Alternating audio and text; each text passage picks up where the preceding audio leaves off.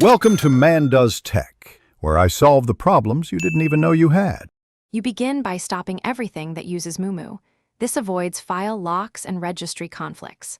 First, exit the emulator UI, then open Task Manager and kill Mumu-related processes, Emulator, exe, Mobile Assistant, and any ADB instances. Once done, make sure virtual devices are disconnected and stop VPN or ADB bridges that could hold files open. This step prevents incomplete uninstalls. It also speeds removal and reduces leftover drivers.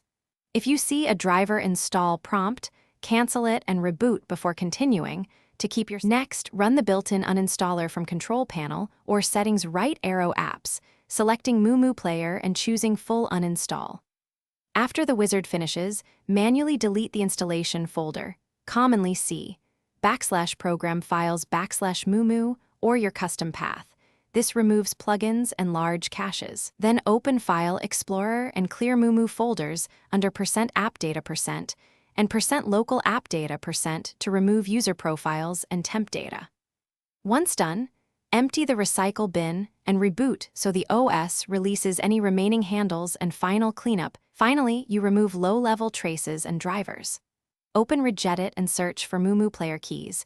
Remove entries under HKCU and HKLM only if you're comfortable. Back up the registry first. Then open Device Manager and uninstall virtual network adapters or drivers Mumu installed. Choose to delete driver software when prompted.